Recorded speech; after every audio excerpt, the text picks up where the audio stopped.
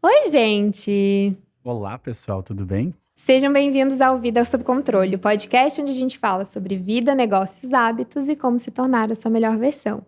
Hoje temos aqui alguém que já esteve no podcast 2 vezes e que sempre que vem vocês adoram, porque a gente aprende muito, conseguimos tirar muitas dúvidas. E hoje a gente vai conversar sobre nutrição com o Rodrigo, nosso Nutri, Rodrigo Almeida. Seja muito bem-vindo. Muito obrigado pelo convite. Não precisa nem fazer mais um convite. Eu acho que todo mês já tem um dia que a gente deixa Isso, marcado. a gente já deixa agendado. Pra eu estar aqui. É sempre um prazer conversar com vocês, meus amigos. Ele que costumava ter o título de maior bíceps do podcast, né? Agora a gente vai ter que medir. A gente vai ter que medir. Nem precisa. Eu abandonei a carreira. Vou deixar pro Japa. Mas sempre que, como eu tava falando, quando o Rodrigo vem aqui, a gente tem uma troca muito legal, consegue tirar muitas dúvidas da audiência. A alimentação, que a princípio é uma coisa simples, parece ser muito complexa, porque hoje em dia tem muita coisa acontecendo, muita informação, muito pode, muito não pode, alguém diz que sim, alguém diz que não. Então a ideia é a gente conseguir desmistificar algumas coisas, conversar com o pessoal e tirar essas dúvidas que inclusive vocês nos mandaram, porque a ideia realmente é conseguir ajudar vocês com aquilo que vocês querem saber. Então a gente já vai começar direto com uma que é muito famosa, né? Qual o melhor suplemento para emagrecer? Primeiro de tudo, né, Vanessinha? É importante a gente explicar pro pessoal o que é o emagrecimento. Porque muitas vezes o pessoal confunde, inclusive, perdi peso, emagreci. Não necessariamente. Posso tomar um diurético aqui e perder 1 quilo em 2 horas. E isso não é emagrecimento, isso é perda de água, por exemplo. Emagrecimento é perder gordura. É o nosso corpo usar esse estoque de energia, que é a gordura, como fonte de energia. Então, o que tem que ser entendido? Quando é que o corpo vai usar esse nosso estoque de energia como fonte de energia? Quando tiver faltando a energia vinda da dieta. Então, um exemplo bem simples para a galera entender. Tá? A gente faz um cálculo ali e a gente vê que o cara gasta 2.000 calorias por dia em média. Tá? A gente vai medir energia em calorias. Gasta 2.000 em média. Se eu faço para ele, ou se ele come naturalmente, uma dieta com 1.000 calorias por dia, vai faltar 1.000. Se ele gasta 2.000 e tá entrando só 1.000, ele não é planta, ele não faz fotossíntese, né? Ele tem que tirar de algum lugar as outras 1.000 calorias. Ele não vai desligar o corpo dele ao meio-dia porque acabou a energia ali, não. O que o corpo inteligentemente faz? Ele faz o seguinte, uma época atrás, ele gastava 2.000 e eu comia 3.000. Então eu estoquei aquele excedente na forma de um reservatório, que é o adipócito que a gente chama, ou seja, o tecido de gordura. Ele vai lá nesse adipócito, lá nessa reservinha de energia, de gordura que o corpo fez em algum período de abundância, e usa essa gordura para suprir o que está faltando. Isso é emagrecimento. É o teu corpo pegar a gordura ali que está estocada nele e usar como fonte de energia. Então ele começa na respiração celular a usar essa gordura para todas as funções do teu corpo, tá? Então a nossa gordura do corpo, mais que incomode, ela serve para isso. Para algum momento de escassez de comida, a gente seguir vivendo com as funções normais. Então o primeiro ponto é o pessoal entender isso. Quando eles entendem que o emagrecimento depende de um déficit calórico, ou seja, de tu ingerir menos calorias do que tu gasta, o pessoal vai entender que não existe um suplemento emagrecedor. Não existe isso. Rodrigo, mas não tem um suplemento que aumente meu gasto, então? Eu gasto 2.000, não tem um suplemento que faça eu gastar 2.600? Até existe, tá? Mas tu vai pagar com a tua saúde. O pessoal usa muitas coisas, até de uso equino, muitas vezes, que aumenta o gasto energético em repouso. Isso aí vai aumentar o gasto total do dia, sem ele fazer mais exercício. Só que tu vai pagar com a tua saúde, tu vai ter arritmia, vai ter dor de cabeça, hipertensão e por aí vai. Então, de suplementos mesmo, tipo, a cafeína não é termogênica? Até é. Ela pode aumentar ali 1,5%, 3%. Então, uma pessoa que gasta 2.000 calorias, isso aí não vai mudar nada. Vai aumentar ali para 20, 30 calorias por dia. Então, não vai sair essa questão, né? Então, primeiro eu entender isso. Não existe nenhum suplemento que vá te fazer emagrecer. Ou seja, não existe nenhum suplemento seguro, que seja suplemento mesmo, que tu possa usar para aumentar esse teu gasto calórico, sem tu fazer mais alguma coisa, mais um exercício, por exemplo. Não existe. O que existem? Suplementos que tu pode usar para melhorar o teu potencial de treino, treinar um pouco mais. Isso aí tem algumas evidências, mas não existe suplemento emagrecedor. Existem alguns medicamentos que te ajudam, mas suplemento não existe. Se for realmente suplemento, se for realmente natural, se não tiver alguma efedrina dentro, que às vezes tem, às vezes até por contaminação, né? Se tiver algo dentro ali, não emagrece mais. Mas eu li que o gengibre é termogênico. Não, por mais que dê uma sensação de calor na boca quando tu bota, isso aí não vai aumentar o teu gasto em repouso, entendeu? Que isso aí geraria emagrecimento. Então, não. Ah, Rodrigo, mas não existe nada então que me dê mais saciedade? Acho que mais pra frente a gente vai conversar sobre os remédios emagrecedores. Sobre suplementação, existe fibra. Fibra é uma coisa que aumenta a tua saciedade. É o mesmo potencial que o pessoal fala muito, o Ozempic natural, que seria o Psyllium, tá? Que é uma fibra que a gente usa. Não, óbvio que não é o mesmo potencial de medicamento. É bom, não é o mesmo potencial. Então, para bater o martelo, toda vez, pessoal, que quiserem falar com vocês, olha, esse suplemento aqui vai emagrecer vocês, não caiam nessa, tá? Não existe suplemento que te faça emagrecer. O que te faz emagrecer é a mudança dos hábitos de vida. Fazer dieta certinho, bonitinho, com déficit calórico e exercício físico constante. E aí também não precisa ter aquela pira da balança, né? Porque tem muito isso, a pessoa se pesa todo dia e tal. E muita gente vem pra mim, Vanessa, quanto tu pesa? Eu fico, gente, não importa. A gente tem. Tu pode ter exatamente a mesma altura que eu, mas tu tem menos cabelo que eu. Tu tem, sei lá, menos peito que eu. Isso faz diferença. Cabelo pesa, peito pesa, a nossa composição corporal é diferente. Eu ter 55 quilos é diferente de tu ter 55 quilos. E aí, o peso... Um exemplo é a questão de luta, né? Agora que veria um samurai, eu faço jiu-jitsu agora, né? Então só apanho. Nem apanhar, na verdade, eu posso, porque eu sou tão iniciante, não me deixam nem apanhar hoje em dia. Mas vai mudar. Mas lá eu sei que nas competições eles têm a questão do peso, né? Cada peso vai ter sua categoria para poder competir. E o pessoal tem, na véspera, vão estar lá indo pra sauna, fazendo todo o possível para perder água, né? Para desidratar. Bateu o peso, pesou, ok, agora volta a comer para crescer de novo, né? Então é rapidinho, mas não emagreceram de fato, né? Só desidrataram ao máximo para bater o número da balança e depois volta pro normal. Exatamente. Quando que a pessoa tem que cuidar esse número da balança? Quando que faz diferença ficar se pesando? Perfeito. Boa pergunta, Vanessinha. Vou só responder já o que tu falou ali da luta e já vou puxar até pra ti, que eu fiz uma avaliação em ti há uns 10 dias atrás e tu não tá no teu menor peso, não é o menor peso que a gente já fez em consulta ao longo desses anos de acompanhamento e tu tá na tua melhor composição corporal. Ou seja, tu tá mais magro que tu já teve, estando mais pesado. O que significa isso? Tu ganhou peso? Ganhou, mas do quê? De massa muscular, no caso de massa livre de gordura. Entendeu? Então, nem sempre eu ganhar peso quer dizer que eu engordei. O teu caso é um caso bem claro da gente ver isso. Tu está na tua melhor condição física sem estar no teu peso mais leve. Entendeu? Claro, para alguns esportes a gente pode ter que te deixar mais leve, corridas mais longas e tudo mais, pode ser vantajoso deixar mais leve. Mas pensando em estética, pensando em saúde, inclusive, tu tá na tua melhor fase, por exemplo. Vanessinha, respondendo a tua, quando é que o peso vem a ser um problema mesmo, tá? Em pessoas sedentárias, tá? Aquele índice lá que a gente usa, que é o IMC, que é o índice de massa corporal, ele até serve para alguma coisa, mas para análise de populações específicas, a gente vê que populações com IMC aumentado pode ter alguma questão mais relacionada a maus desfechos de saúde. Mas para pessoas sedentárias, se a pessoa entrar num grau de obesidade, por exemplo, sendo sedentário, cara, não tem como um cara de minha altura, 1,76 m, tá? Se ele tiver com 96, 98 quilos, que vai dar um IMC já de uma obesidade lá, não vai estar bacana, entendeu? Mas não é o melhor marcador. O melhor marcador ainda é a circunferência da cintura, tá? A cintura é a parte mais fina do nosso tronco, então a circunferência da cintura seria um marcador melhor pensando em saúde, tá? Outra questão do peso. Quando a pessoa está pesada a ponto de dificultar alguma atividade, também é ruim, né? Uma pessoa muito pesada tem algumas dificuldades, inclusive para dormir, né? Quando a gente está mais pesado, principalmente se tem mais gordura nessa região do abdômen, tem uma condição que a gente chama de apneia obstrutiva do sono, que normalmente vem associada com aumento de peso e aumento de gordura nessa região da barriga aí. Então, consegue julgar mais visualmente do que olhando na balança. Exatamente. A gente consegue ver que o cara, a gordura dele tá toda central. Isso aqui é um problema.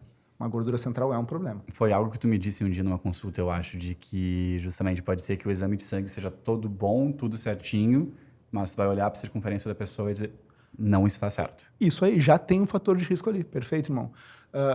Alguns marcadores, e até por perfil genético da pessoa e tudo mais, alguns marcadores demoram anos para ser alterados. Quer dizer, então, que um cara... Existe um obeso, tá? Obeso mesmo. Existe um obeso com circunferência abdominal e cintura central aumentada com bons exames? Existe. Peguei mais de um já na clínica. Quer dizer, então, que ele está tranquilo? Não. A obesidade por si só já é um fator de risco. Se tem esse acúmulo de gordura visceral, mais ainda. Aquilo que a galera adora falar de inflamação, né? O cara tá inflamado, tal dia tem que desinflamar para emagrecer, aquela coisa toda, na verdade vem da onde? Vem da gordura visceral, a gordura central, liberando inflamação no teu corpo o tempo todo, proteínas inflamatórias o tempo todo. tá? Então, esse cara, mesmo com bons exames, marcadores bioquímicos bons, exame de sangue bom, ainda assim ele tá fazendo algum grau de lesão nos tecidos dele, que demora a aparecer, né? Uma lesão em endotélio, por exemplo, que é a parede interna dos vasos sanguíneos, não vê no exame de sangue. E ele pode estar fazendo justamente por estar com essa gordura central aí aumentada. Eu adoro falar disso, porque acaba que a gente sempre cai no mesmo lugar, né? A gente tá sempre buscando alguma pílula mágica, algum suplemento, fonte milagrosa para vou fazer isso e vou emagrecer. Não, mas foi tal coisa que eu fiz que me deu resultado. E no final é sempre a mesma coisa, né? Você tem que te mexer, tem que comer direitinho. Comer direitinho significa comer direitinho, normal. Não tem uma pílula mágica, Claro que justamente existem os médicos, né? Os remédios para situações específicas, que a gente vai entrar mais aprofundado daqui a pouquinho. Mas num resumo é isso, né? Te mexe, come direitinho e não fica buscando uma pílula mágica, porque não vai existir, né? A parte boa das explicações é porque tu poderia simplesmente falar, não, gente, ó, pra resumir tudo, tem que fazer dieta, né? Tipo assim, se tu tens um objetivo estético... Eu nem sei porque que a gente chama aqui ainda, cara. Não, sempre fala a mesma coisa. Gente, o episódio vai ter 30 segundos. A dieta, se tu quer emagrecer, se tu quer ganhar massa, né? Tem um objetivo específico. A gente não tá falando só de uma saúde e tal, não. Tem um objetivo específico em termos do teu corpo. Siga uma dieta. E fazer exercício físico. Isso aí, basicamente, poderia responder a maioria das perguntas, né? Exato, poderia responder muita coisa. A grande questão é que, às vezes, o pessoal não faz, né, Vanessinha? Por falta de entendimento. Exato, por isso que é bom a gente vir aqui claro. E tu vir e explicar cada uma dessas coisas, porque daí vai trazer uma lógica para as pessoas de agora fez sentido. Do porquê que esse suplemento aqui eu só vou gastar dinheiro e não vai fazer diferença. E vou te dar um exemplo. Eu sei que o nosso público, que a maioria é feminino, mas tem muitos homens que escutam e muitas mulheres que estão escutando para depois ir lá e puxar a orelha do marido, né? Homens têm uma dificuldade muito grande de ir a médico, de ir a nutricionista. Por quê? Porque o fator estético não é que não importe para o homem, mas importa menos. Tá? O homem não se liga tanto nisso. Então aquela barriguinha que tá ali, ele pensa, isso aqui não me incomoda. Eu tô casado já, tenho 18 filhos. História para contar, né? Exatamente. Essa barriguinha aqui é a história, tá? O homem muitas vezes não se importa com isso. Só que ele tem que entender que ele tem que se importar sim, porque aquilo não é um fator estético. Aquilo é uma questão de saúde. O dano que ele tá causando nele hoje, ele vai responder alguns anos para frente. De qualquer maneira, entendeu? Então não tem muito pra onde fugir. É sim um alvo terapêutico. A gente tem sim que diminuir a gordura visceral. Não é por fator estético. E eu acho... Só vou falar um negócio bem rapidinho, que eu sempre tive vontade de falar e eu sempre fico assim, nossa, esse negócio tem que pesar muito bem, porque é uma coisa que pode ser meio, sei lá, meio pesada ou meio polêmica de falar. Foi legal o que tu trouxe agora. E trazer esse dado de que o homem se importa menos com a estética. Aí pensando que tem as mulheres assistindo pra depois falar com o homem. É muito diferente, eu não posso generalizar e dizer que vai ser assim pra todas as mulheres, enfim. Mas tu olhar pro teu marido e ver um cara com saúde, saudável, que se exercita, com um corpo legal, faz muita diferença. Tu olhar pra um cara assim e tu olhar pra um cara que não se cuida, que não tem saúde, que ronca a noite inteira, que tá com aquela barriga. Assim, ó, faz diferença e eu espero que vocês estejam entendendo do que eu tô falando que faz diferença. Então, assim, homens, levem em consideração, se não por vocês, pela mulher e pela família de vocês. A gente tem um fator aqui só trazendo também de que muitas vezes a gente fala sempre a rotina é difícil. Claro, tem isso em consideração, né? Tem isso a colocar ali no meio da equação, mas ainda assim dá pra colocar um tempinho do dia, priorizar de alguma forma, porque tu vai comer de uma forma ou de outra. Então, pelo menos comer direito tu pode buscar alguns hábitos, a gente sempre fala, né? Sobe e desce de escada no teu prédio. Tu vai fazer alguma coisa no teu dia a dia tentar fazer o melhor com o que tu tem, né? Amenizar. Eu concordo com tudo isso que vocês estão dizendo. Como eu não tenho a chance de ser cancelado como vocês, porque eu já não tenho Instagram mesmo, pra mim não faz muita diferença isso, eu posso falar de uma maneira um pouco mais direta. A pessoa escolhe errar, tá? E eu não tô dizendo que todo mundo tem condições de fazer uma academia boa, todo mundo tem condições de comprar o aspargo e o salmão. Não é isso, gente. A gente escolhe errar. Quando tu vai em qualquer lugar do mundo que tu for comer, não tem, cara. Se tu falar que não, mas tu consegue fazer então pra mim só um ovo mexido e me dar um tomate? Eles vão fazer. Tu entende? É uma questão de boa vontade. Pois é, mas eu fui lá e não tinha isso. Sempre tem um jeito. Sempre tem um jeito. A pessoa que não priorizar isso, não tá priorizando a saúde dela, né? Ela tem que antever os passos. Tá, eu vou estar em tal lugar, o que eu vou fazer lá? Eu vou antever. E sempre tem uma escolha. Normalmente quem erra, ainda mais de maneira sequencial assim, tá escolhendo errar. E o que tu falou ali também é importante. É uma questão de respeito com o teu parceiro. Entendeu? Não é nem só por estética. É porque toda e qualquer doença crônica, que normalmente a obesidade está associada a doenças crônicas não transmissíveis, né? O fim de vida é muito ruim. E quem é que vai estar te ajudando? Quem é que vai estar tendo que te carregar, entre aspas, digamos assim? É que o teu parceiro, é tua família, são teus filhos e por aí vai. Então tu tem que minimamente te preocupar com isso. Pô, tu vai deixar esse fardo com perdão do trocadilho, pesado para os outros carregarem, é isso, é minimamente se preocupar com os outros. Cuidar de si é um ato de amor ao próximo. Exatamente. Eu vi uma esses dias, vou trazer, já vou linkar com a pergunta que eu ia fazer antes. Mas a questão é que eu pergunto pra vocês e pergunto pra audiência também, né? Pensando agora em pessoas que vocês conhecem com mais de 70 anos. Vocês conhecem algum obeso? Tipo, obeso? Raríssimo, raríssimo, raríssimo. Não. Que eles emagrecem antes, né? Não, porque não chega. E aí, justamente, então, não conhece porque não chega. E a outra coisa que veio que geralmente essa pessoa não bate as botas direto, né? Então, por algum período, vai ficar dependente da família. Existe um sofrimento. Então, tem essa questão justamente de ser um ato de amor ao próximo, porque tu tá cuidando para que tua família não tenha que cuidar de ti ali na frente. Por causa disso, né? Tu tá fazendo o possível. Mas tu falou antes sobre questão de danos futuros, né? A pessoa que os exames estão bons, mas visualmente tu já sabe que tem algo de errado. A pergunta que eu quero fazer é: esses danos que essa pessoa está causando, por quanto tempo ela vai carregar isso? Eu vou pegar o meu exemplo, mas o meu exemplo acho que é mais simples. Eu fui muito sedentário e me alimentei muito mal por 24, 25 anos. E a partir daí eu mudei, e agora acho que faz 1 ano que eu mudei, 2 anos que mudei mais ainda, e agora 6 meses que é o auge do auge de me alimentar direito. Mas por quanto tempo eu carrego esse fardo dos meus anos de má alimentação? Complementando o que tu falou ali, tanto a nível individual, né, que tu falou, vai dar, a família inteira vai ter que se preocupar contigo mais, quanto a nível de saúde pública, né? Um paciente obeso, um paciente com doença crônica não transmissível, diabetes, hipertensão, dislipidemia, esse paciente que recorre inclusive muito ao SUS, ele é um paciente que ele acarreta muitos custos ao Estado, e acarreta mesmo, não estou falando uma coisa que eu acho, é o que é. A minha noiva, inclusive, ela fez a primeira residência dela em saúde pública, então ela trabalhou lá dentro, a gente via certinho.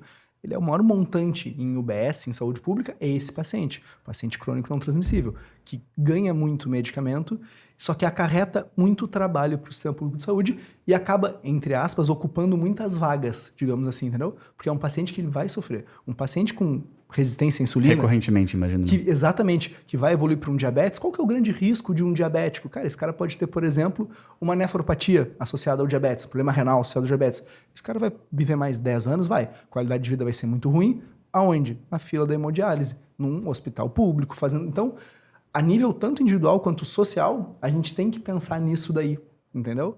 Então, não é interessante. Tinha que ter, inclusive, mais... Um dos grandes pesquisadores do tema é um cara chamado Dariush Mozaffarian, tá? E ele fala justamente sobre isso. A gente tem que pensar não só no individual, mas pensar também em saúde pública de maneira geral. Isso aí é sim um caso de saúde pública. Algumas atitudes deveriam ser tomadas para isso, para evitar isso aí. Porque a tendência não é melhorar, né? Prevalência aí de obesidade, sobrepeso, obesidade no Brasil está em 62%. Tem aquele documentário antigo. Meu Deus. 62%. E a previsão para 2050 é horrível. Então, gente, não é brinquedo, entendeu? A gente está estudando, a gente está... A ciência está evoluindo, os medicamentos estão evoluindo e tu vê que a obesidade está aumentando. Sobrepeso e obesidade no Brasil, 62,5%. Tem aquele documentário um tanto antigo já, que eu não lembro mais todo o detalhe dele, mas era o Obrigado por Fumar, né? Que falava justamente, todo mundo condena o cigarro, e eu não estou falando bem do cigarro de forma alguma, mas mostrava que os efeitos do cheddar, da maionese, de todas essas coisas, na verdade, em números, em impacto de saúde pública, eram muito maiores que o do cigarro, né? Então, e é algo normalizado. Sim, então, sim. É interessante pensar dessa outra forma também. Depois a gente vai ter uma temática, a gente falar um pouquinho sobre álcool, e a gente vai falar sobre algumas drogas, e vai ser interessante a gente pensar também em todos. Peraí, por quê? Legal. Entendeu? E tu fez uma pergunta, desculpa. Sobre o dano futuro, né? Por quanto tempo eu vou carregar isso? Perfeito. Irmão, isso é muito, muito, muito individual, tá? Isso é uma questão muito de cunho genético, né? E de qual o tamanho do dano. Vou te dar um exemplo teu, mais uma vez. Quando tu era jovem, tu acabou de me dizer, cara, não me alimentava tão bem. Eu já vi exames teus mais antigos e eles não eram ruins. E aí, atualmente, tu já com uma rotina muito melhor, tu vê que algum exame teve uma dislipidemia ali, que a gente até postou esses dias, mesmo estando saudável. Ou seja, tu já tinha uma propensão àquilo. Será que não acelerou o fato de tu ter feito essa vida desregrada por tanto tempo? Não. Será que não acelerou para aparecer agora? Será que não apareceria só quando tivesse 45, 50? Então, é muito difícil da gente dizer isso. A gente sabe que sim, influencia bastante. Quanto antes a pessoa conseguir melhorar o estilo de vida, melhor vai ser para ela, não vai ter dano. Mas tem danos que uma placa de ateroma, tá? Uma plaquinha. Colesterol aumentado, qual que é o problema de um colesterol aumentado? Que ele pode vir formando plaquinhas na parede dos teus vasos. Eu consigo dosar isso no exame de sangue? Não consigo. Eu tenho que fazer um exame específico de imagem que pouquíssima gente faz. Pensando em saúde pública, menos ainda. Enfim, um cara, quando ele infarta aos 45, 50 anos, ele não começou a formar uma plaquinha aos 42, 41. E fechou rapidinho. Não, é uma questão crônica. O exame dele nem estava ruim quando tinha 25, mas ele já tinha uma tendência àquilo, o estilo de vida dele era desregrado, começou a formar uma placa de ateroma. Fechou um vaso, tem uma chance maior de ficar infartado, ele tem algum acidente vascular, por aí vai. Eu tô só pensando em todo o McDonald's que eu comi, meu Deus, quantos anos de vida eu perdi naquelas brincadeiras. Da Vanessa era um combo bom, era um Big Taste, batata mergulhada no milkshake junto com uma Coca-Cola. 1,50 m, onde é que cabia um Big Taste? Rodrigo, é que eu como, né? Então. E assim, tudo que eu sou pequena, mas o meu percentual de gordura era alto, eu não tinha músculo, só tinha gordura. Então, eu era o perfeito exemplo de falsa magra. Assim, graças a Deus, eu não tenho exame daquela época pra ver, porque eu prefiro não saber. Ignorância é uma bênção. Pensar sobre isso, agora o Rodrigo falando, eu tava só aqui, meu Deus, tudo que eu fiz. Mas legal trazer o meu exemplo, né? A gente comentou esses dias sobre isso, de que, justamente, eu tava por mais de ano com meus exames com o colesterol elevado. Ele não tava um absurdo de elevado, né? Mas tava acima do limite. Uhum. E a gente estranhava, porque, me exercito todo dia, como mais ou menos bem, eu podia não seguir a dieta 100% na risca, mas enfim, não era nenhum exemplo de fazer tudo errado. Tinha uma focaccia manteigada a mais de vez em quando, né? Não colocava manteiga, era só focaccia, era sem a manteiga. Só azeite de oliva, não era um fio, era uns 3, 4, 5 fios de azeite. Ainda bem que ficou caro, o azeite de oliva ele é mão de vaca. Graças a Deus. Mas enfim, tava sempre acima. E a gente estranhava. E aí, na última vez, o Rodrigo disse, não, vamos resolver isso daí. Vamos fazer um teste, 30 dias, 40 dias, e eu vou montar uma dieta pra ti pra baixar o colesterol. E naqueles 40 dias ali, eu não errei uma vez. Mentira, eu errei uma vez que tinha manteiga numa torrada e eu não sabia. Mas foi a única refeição errada nos 40 dias. Foi sem querer. Fizemos o exame de novo, e tava boa aquela torrada. Fizemos o exame de novo e tinha baixado completamente o colesterol ruim e tinha aumentado o colesterol bom, que antes estava um pouquinho abaixo também do ideal, né? Exato, e o que não é o comum de se ver, né? Quando a gente abaixa o colesterol, a gente normalmente baixa uns dois, tá? Baixa tanto o LDL, que seria o ruim, que o pessoal chama, quanto o HDL, que seria o bom, tá? No teu caso ali, como a gente fez um padrão de dieta que tu teve muita adesão, tu conseguiu baixar o ruim, que é o que tem realmente, aumenta o risco cardiovascular, e melhorar o HDL, que seria o colesterol bom. Então, mas porque tu teve muita adesão. E vou dizer que realmente, o que a gente comentou mais cedo, se tu te esforça em seguir, é fácil. Aquele ali eu errei porque peguei uma torrada pensando pão, tem um queijinho dentro, tá, mas não vai ser muita coisa, era no meio da estrada, foi. E aí tinha manteiga, deixou bem gostoso aquela torrada. Não é daquele jeito. Mas na média tu te programa e funciona, é bem tranquilo. E a gente falou aqui de dieta, falou ali do emagrecimento lá no início, e aí tem uma dúvida, porque o pessoal, né, tem essa pressa também, né, então quer saber em quanto tempo após seguir uma dieta, né, começar uma dieta, os resultados são visíveis. E aí pensa resultado pra cima, pra baixo, enfim, o que a pessoa quiser. Resultado, Rodrigo. Dá teus pulos aí pra responder. Resultado. Sempre que eu falo alguma coisa pra vocês, né, a gente vai falar baseado na melhor evidência científica possível. Algumas coisas eu não consigo falar baseado porque não existe uma evidência científica pra isso. Em quanto tempo? Por que não existe uma evidência pra isso? Porque é uma análise muito individual. É muito genética isso. A gente chama isso aí, inclusive, de pensando em estética, que eu acho que é a pergunta da menina, a gente chama isso, inclusive, de potencial genético. Tem gente que tem um potencial genético absurdo, tá? Para resultados estéticos, para ganho de massa muscular, por exemplo. Tem gente que não. Tem gente que vai bater uma vida toda e não vai ter o resultado de alguém que daqui a pouco nem se esforça tanto. Mas geneticamente, a pessoa era predisposta a isso. Eu tava esperando. Eu sofro muito mais que a Vanessa. Aqui é só disciplina. Ela fala de disciplina pra você, mas ali é fácil. Ali é fácil. Potencial genético nas alturas. Vou trazer então pro caso da Vanessa. Então, o caso da Vanessa é um caso clássico de um potencial genético aumentado. Tu vê que ela dá um estímulo diferente, como desde que a gente começou também, faz muito tempo, nosso acompanhamento, né, Vanessinha? Que a gente sempre falou da questão de fazer uma modalidade específica para o ganho de massa muscular, que era uma questão que tu às vezes tinha uma dificuldade e tudo mais, mas também tu não fazia a modalidade para aquilo. Porque tu não gostava e ok, isso não é um problema. Isso aí não tem a ver com saúde, tem a ver mais com questões estéticas. Quando tu fez a modalidade específica para o ganho de massa muscular, qual foi a tua resposta? Fiquei bunduda. Exatamente. Então, tu tem um potencial, tu é muito responsiva, tá? Então, a pergunta, menina, mas para não deixar ela sem resposta, eu vou trazer mais a minha prática clínica, tá? Os meus retornos de consulta normalmente são a cada 4 semanas, 4, 5 semanas, tá?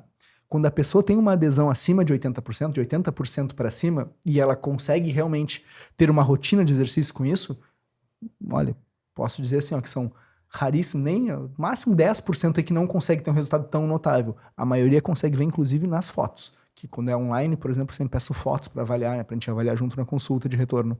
A maioria já manda nas fotos. Hoje, uma de manhã, até que a tua seguidora, inclusive, perguntou se eu vinha hoje aqui, me mandou a foto e é gritante na foto. Tu vê a linha abdominal da menina, a linha alba ali, que não marcava tanto, já marcada. Tu vê um corte no vasto lateral da coxa, já saltando, entendeu? 1 mês. Com 4 semanas, deu 5 semanas, dela deu 5 semanas. O que significa adesão de 80%? 80% do tempo tu fazia tudo certo. Entendeu? Tu fazer... essas pessoas... Eu sei quando o paciente vai dar certo pensando em resultado estético, quando eu vejo que no final de semana, porque com alguns eu faço recordatório por fotos, né, lá na plataforma. Quando eu vejo que no final de semana, quando ele tem uma refeição que seria mais solta, que eu sempre oriento, algumas coisas ali e tudo mais, tu vê que ele come comida mesmo, sabe? A refeição mais solta da pessoa é comer um pouco mais de arroz, é comer uma coisa de casa, assim, não é um cookie, não é uma coisa muito pesada. E aí eu já vejo que vai ter. Quando começam a botar também no recordatório de fotos, que seria de comida, treino, botando foto do reloginho, botando foto na academia, eu já vejo ir. Aí teve adesão. E essa é a questão, né, Vanessinha? Quando eles veem resultado, aí a adesão aumenta. Quando eles voltam no retorno, aí eu peço para tirar as medidas de novo, ver que as medidas estão boas, ver que na foto tá gritante e as pessoas da volta começam a elogiar, ela já percebe, tá, deu certo. Isso aí aumenta muito a adesão, porque a gente é viciado em resultado, né? Se a gente está evoluindo, a gente vai querendo cada vez mais, cada vez mais. Resultado, então, de dieta para a menina, se ela fizer 4 semanas certinho, tá? Seja pro lado que for ali. A não ser que seja um caso que ela não seja nada responsiva, mas minimamente responsiva, ela já vai ter resultado. 4 semanas fazendo bem feito, já dá pra ver. Mas tem que fazer, né? Mas tem que fazer, que é o difícil. É o difícil. Posso linkar isso com uma outra pergunta? Essa vai ser polêmica, Rodrigo. Potencialmente polêmica. Medo. Deixa eu controlar minhas caretas não, aqui. Polêmica pra ele, a gente tá seguro. Tá, então tá bom. Que a polêmica vai ser como é que tu encontra um bom nutricionista. Vai entender o porquê, tá? Minha mãe foi no consulta contigo, né? E em questão de 30, 40 dias, ela tava muito feliz, porque tinha dado resultado. Minha mãe com 60 e tantos anos, e deu resultado. E eu dizia, vai com o Rodrigo. Que ela já tinha ido em outras nutris, enfim, no passado. E não vou falar mal de outros nutricionistas, não é essa a ideia. Mas eu notava nas dietas que minha mãe recebia, eu olhava, minha mãe não vai comer isso daqui. Não vai dar certo. E tinha batata doce pra minha mãe comer no café da manhã. Minha mãe vem do interior, ela come o biscoito, ela come o pão com alguma geleia. Como é que vai colocar batata doce? Não vai comer. E aí foi contigo, eu participei da consulta, inclusive, né? Verdade. E, enfim, montou a dieta pra ela e deu resultado. Então, eu imagino que justamente ter a adesão, provavelmente os cálculos que aquelas nutricionistas fizeram estavam certos, né? Com certeza. Mas tem que ter a comida que vai fazer sentido também para existir essa adesão. Então, como é que tu busca um nutricionista bom? O ponto é esse, né? O bom não pode ser inimigo do ótimo. Não quer dizer que a dieta da menina, daqui a pouco no papel que ela prescreveu, tava lindo. Só que no papel estar lindo e na prática do meu paciente não ser o que ele está acostumado a fazer, não ser minimamente o que ele acredita que é bom, porque mexer na alimentação de alguém, João, a gente vê isso inclusive nos estudos científicos, bons, bem controlados, as pessoas têm um retorno à média. Ou seja, depois de algum tempo de acompanhamento, tem um estudo gigante, o nome para quem é da área, tem nutricionistas, vários que seguem a Vanessinha, seguem o João, tem um estudo chamado PREDIMED, tá? Que é de dieta mediterrânea, para ver a prevenção de acidente cardiovascular com dieta mediterrânea. Tá? Foi um estudo feito na Espanha. É um estudo gigante, lindo estudo, lindo, muito bacana mesmo, assim, a ideia do estudo e tal. Enfim, tu vê que depois de um período final de acompanhamento, o grupo que seria um grupo low fat, que mudaria do que seria uma dieta espanhola tradicional, tá? Que era um grupo que foi orientado a fazer uma dieta com baixa gordura e tudo mais, tu vê que esse grupo já estava voltando à média. Tu vê que o grupo que era para ser low fat estava comendo já 35%, 36% das calorias vindo das gorduras. Por quê? Porque é um padrão espanhol de dieta, um padrão mais mediterrâneo. Ou seja, quiseram mudar aquela cultura alimentar daquelas pessoas do grupo, acertadamente, tudo não é errado por isso, mas tu vê que elas no final, nos relatórios, elas já estão comendo, não é mais low fat nenhuma. Por quê? Porque elas voltaram ao padrão. O que eu te disse isso? Eu fazendo uma coisa muito linda do papel, que foge muito do padrão do que a pessoa tem de histórico, de cultura alimentar, ela vai voltar ao que ela fazia antes, entendeu? Então eu tenho que pegar o que ela faz atualmente e vir fazendo algumas ponderações. Muitas vezes não é o que eu vou tirar. Eu não vou tirar um biscoito da tua mãe, por exemplo, se é uma coisa que ela está acostumada a comer, senão vai ser um problema para ela aquilo. Daqui a pouco eu adiciono algo que o que eu estou adicionando, por exemplo, mais porções de fruta, semente, não sei, que o que eu tô adicionando vai fazer com que ela diminua o consumo de biscoito, porque ela vai ficar mais saciada, por exemplo, entendeu? Então, muitas vezes é isso. A gente tem que montar algo que a gente sabe que daqui a pouco era melhor realmente ela comer um ovo mexido com fruta somente. Não é a realidade dela. Não vai adiantar. Então, a gente tem que montar algo que seja a realidade do paciente. Não interessa qual o tipo de dieta, a não ser que seja uma bizarrice, tipo dieta carnívora, dieta do leão, essas coisas, essas bobagens aí. Não interessa qual é o tipo de dieta, tá? O que me interessa é a adesão. O cara tem que ter adesão, ponto. Se vai ser low fat, se vai ser low carb, se vai ser mediterrânea, se vai ser dieta DASH. Se vai ser jejum intermitente. Se vai ser jejum intermitente, exatamente. Não me interessa. O que me interessa é a adesão. Se ele tem adesão, eu vou conseguir o resultado que eu quero com esse paciente. A adesão é fazer a dieta. É tua, entendeu? Tô fazendo aquilo. Peguei aquilo e tô fazendo. Exato. Então, ganho de massa. Como é que se ganha massa? Existe um suplemento e ganho de massa muscular feminina também. Existe uma questão, então vamos falar sobre isso que o pessoal quer saber. Ótima pergunta também, tá? Primeiro de tudo, a gente entender o que é o ganho de massa muscular. O que é a hipertrofia, né, gente? A hipertrofia nada mais é do que uma adaptação do teu corpo a um estímulo externo. Como assim, cara? Tá falando muito difícil. É o teu corpo se adaptando à porrada que tu dá nele. Tá? Qual que é o melhor estímulo externo? Então, o que é o melhor jeito da gente fazer o corpo ter que se adaptar e ganhar mais massa muscular? A musculação. A gente sabe hoje por ciência que a musculação é o melhor método, treinamento com pesos, na verdade, é o melhor método para fazer o teu corpo entender o seguinte. Cara, olha o que esse filho da mãe fez comigo hoje. Se eu não ficar maior, mais forte, mais resistente, ele vai me matar semana que vem. Então, é interessante o pessoal sempre entender isso. O início da cascata que culmina na hipertrofia, ou seja, no anabolismo, no ganho de massa muscular, é o treinamento, tá? O teu corpo, Vanessinha, ele sempre busca uma coisa chamada de equilíbrio, que é a homeostase. Ele tá em equilíbrio, tá equilibradinho, tá tudo bonitinho ali. Tu vem e tu faz um treino. Faz um treino, que nem eu fiz a avaliação em ti ontem, tu tava com dor na perna, né? Uhum. Faz um treino que realmente te gere algum dano celular, algum estresse fisiológico, isso aí vai causar uma baixa no teu corpo, no outro dia tu tá até mais letárgico às vezes, tá, porra. Essa baixa, o teu corpo entende o seguinte, fui agredido. Eu preciso supercompensar isso, porque se ele me agredir de novo assim, eu não posso sofrer tanto. Então, isso é o anabolismo. É o teu corpo supercompensando, ficando mais forte, porque ele se assustou com a porrada que ele levou. Pra poder aguentar. Então, primeiro de tudo é o pessoal entender isso, tá? A hipertrofia depende de um bom treino. Por que de um bom treino, gente? Porque de maneira inicial, qualquer treino serve. Porque ele não está adaptado a nada. Então, se tu pegar uma garrafa PET em cada mão e jogar para lateral de ombro, vai dar dorzinha no ombro amanhã, porque ele serviu de estímulo. Semana que vem tu vai fazer isso? Estímulo. Na outra semana ele vai dizer, não, isso aí eu já gerei adaptação. Eu já fiz síntese proteica nesse lugar, eu não preciso mais gerar adaptação para isso. Então, o treinamento tem que estar, para quem quer hipertrofia, ele tem que estar sempre evoluindo alguma variável do treinamento. Normalmente as variáveis, tá? É volume e intensidade, ou seja, quantas séries tu faz para um músculo-alvo e quanto de carga aquele músculo-alvo, existem outras variáveis, mas as principais são essas, e quanto de carga aquele músculo-alvo suporta. Então, primeiro o pessoal entender isso. Para eu ganhar massa muscular, eu tenho que treinar muito bem. A coisa mais difícil na clínica, pensando em estética, é eu dar massa muscular para alguém. Por quê? Porque é um processo crônico. Às vezes o pessoal fala, eu ganhei 5 quilos de massa muscular em um mês. Impossível, impossível, não tem como. Não tem como. Para quem tem curiosidade, botar aí no Google ou no chat GPT, que seja, bota modelo de potencial genético. Vão aparecer 2, tá? Um de um cara chamado Alan Aragon e outro de um cara chamado Lyle McDonald. É modelos que estimam o quanto uma pessoa consegue ganhar de massa muscular com os anos de treinamento. Com 1 ano de treinamento, quanto um homem com treino bom, dieta boa, consegue ganhar de massa muscular?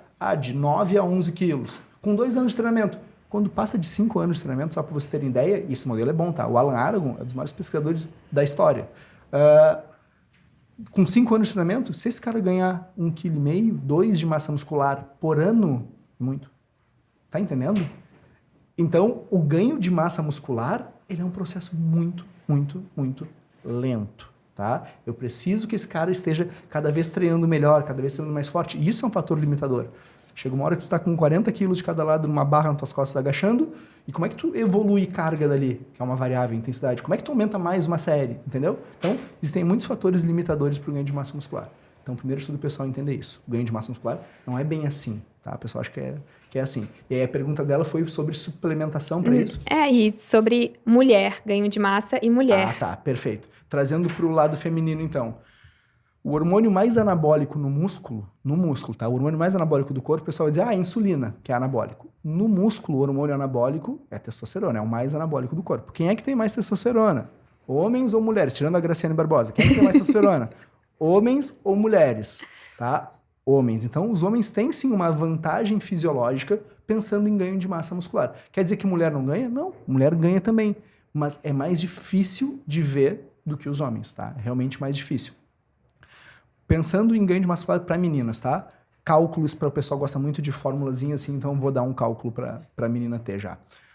Pensa sempre na quantidade de proteína de 1,6 a 2,2 gramas de proteína por quilo de peso. Então, se a menina pesa 60 quilos, pensa sempre em botar na faixa dos 120 gramas de proteína ao longo do teu dia, tá? Distribuído ao longo do teu dia ali. Isso é um cálculo bem simples.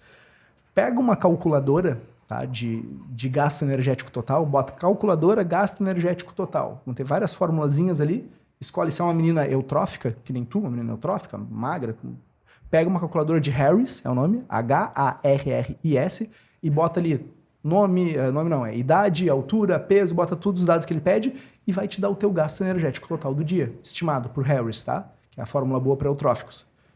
Deu isso? Apareceu? Bota 5 ou 10% a mais de calorias.